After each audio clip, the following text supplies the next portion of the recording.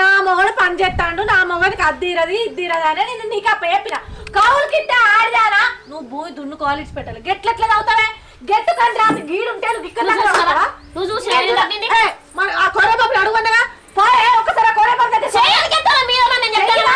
సరే నువ్వు నిజంగా గెట్లు తవ్వలే అని ఇవాళ చెయ్యే. నువ్వు పోషమగలేదు వద్దామా సొంతమా?